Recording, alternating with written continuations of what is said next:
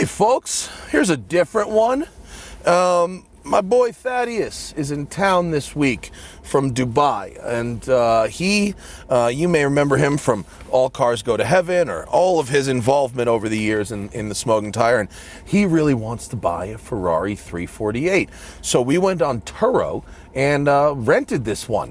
This is a 1994 Ferrari 348 Spyder. It has 73,000 miles on it. It's powered by a 3.4 liter longitudinally mounted 32 valve V8, which for 1994 only made 316 horsepower. In 1991 to 93, it made 296 horsepower and 238 pound-feet of torque. Good for 0 to 60 in 5.7 seconds. The quarter mile in 14.5 at 99 miles an hour, topping out at 171. This is the first Ferrari since the Mondial to have a soft top. And for 1994, there were a lot of improvements done over the 91 to 93 car. For instance, more power, about 25 more horsepower, revised suspension geometries. They changed the gearbox, the gear ratios themselves, different gearbox. They changed a bunch of chassis stuff, and basically they made it better, because the story goes, I believe it was Luca de Montezemolo, went, wow, that the steering shaft is, I had to make a 3-point turn there. The steering shaft, no power steering, but the steering shaft is literally rubbing on my toe as I made that 3-point turn. Basically, the story goes that Luca showed up, called it a piece of junk, and said, you better fix it. They did. Nobody bought it anyway, and so they put a new body on it and called it the 355. And that's the story. So, as the owner of a 328, what's it like to drive? Let's take a gander. I don't know about you folks, but when I'm at work, the one thing I never bake into my schedule is time to eat. It's because I'm always at the office, in the mountains, at the studio. I'm running around. I don't know, where do you even go find food today? That's why I keep a box of these Built Bars at the office. That way, I know that if I can't get a meal, I have some sustenance to get me through the day. These things have good macros, plenty of protein, between 130 and 160 calories each, and they're really good flavors. This one is peanut butter brownie. They have got a variety of flavors, and they've got one thing in common, which is that none of them taste like protein powder, which is like the one thing that kills me about protein bars. I never want that. These taste like Three Musketeers, Milky Way, that kind of texture. Really, really nice. And you know what we love more than delicious sustenance? A deal. And that's what I've got for you. Hit the link in the description and use code TST at checkout to get special pricing on everything Built Bar sells.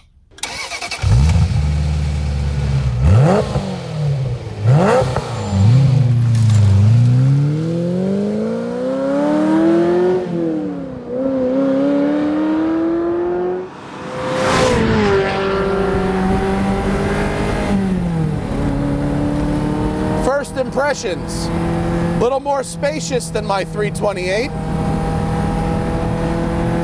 Engine's a real sweetheart. Dogleg first gear. Gearbox feels similar to my car, nice and smooth. The non-assisted steering is really nice once you're moving. And the engine vibrates at the most beautiful frequency that just its presence makes me happy. This car is now old enough that I don't care that it's slower than a lot of other things from 1994. It always had a bit of middle child syndrome. Not as pretty or as amazing as the 355, and not as pretty and soulful as the 328, or as classic. But now, as this car approaches 30 years old,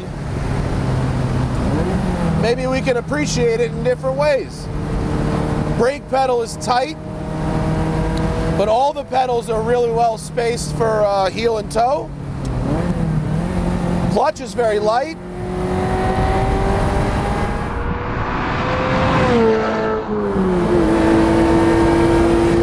It's not very fast. I mean, by modern standards, it's not very fast. Now that doesn't mean at all that it's not fun. It's definitely fun. Gated shifter is as satisfying as ever. The driving position is pretty decent. I can do a few hundred miles in this and be okay. Yeah. I can wear my big 11 and a half wides. I can wear those to drive this. The heat works.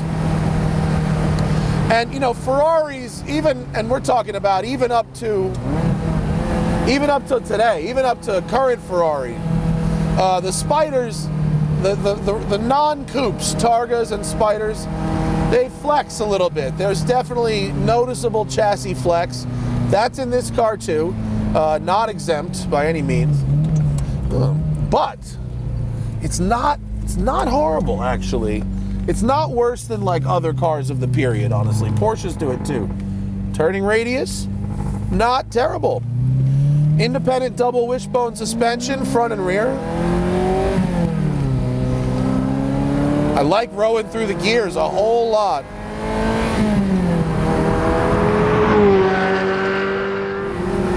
Yeah. In second and third gear, it's a little quicker than the numbers would imply. And I think the reason for that is your timed acceleration runs are really slowed down by the fact that you need to shift rather gingerly.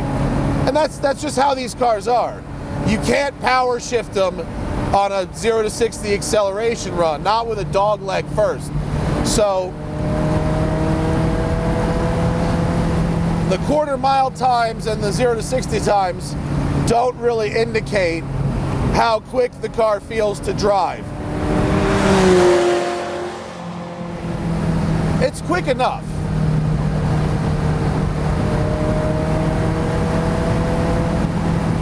And it really does a really good job straddling the gap between an old car and a new car.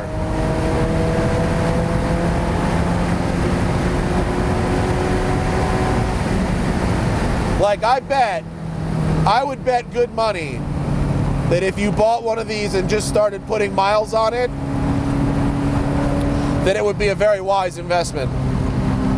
Not because the car is going to go up, because you can get those miles at a deeply discounted rate. It's a really, really lovely car to drive. See how you got to give it a big blip to match the revs, but you got a lot of revs to work with. Yeah, Mr. 2. Oh, hello guys. Everybody on a little drive this morning? Seems I'm not the only one with New Year's Day plans today.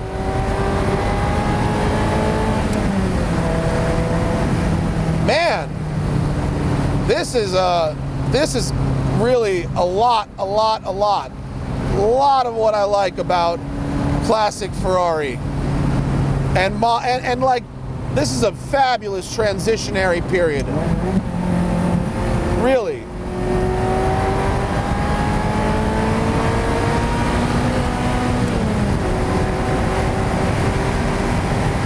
Yeah, this thing doesn't do 0 to 60 for shit, but the kind of driving I like to do, where you keep your momentum up in the corners, and when you're really out here to experience the world alongside the vibrations and the songs of a beautiful engine, beautiful inputs. Don't sleep on the 348. The 94s. I haven't had a lot of experience with the early cars, but anyone who knows 348s, they all say the 94s are where it's at. This is very good. This is a very, very good car.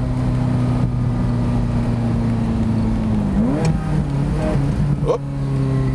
First time driving it, I still gotta You gotta figure out the pedals, but okay. Pretty decent ground clearance, because it's 80s, or 90s. Still developed in 80s.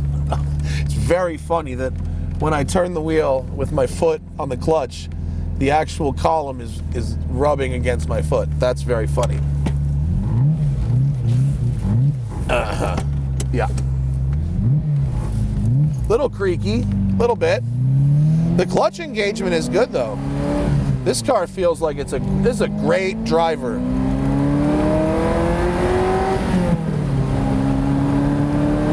Absolutely lovely.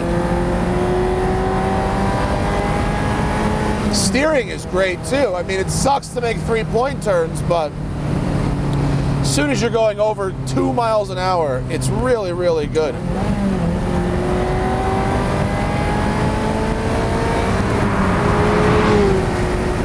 I feel just enough, but it's not super stiff. It's got a good ride. It really is absorbing things really well.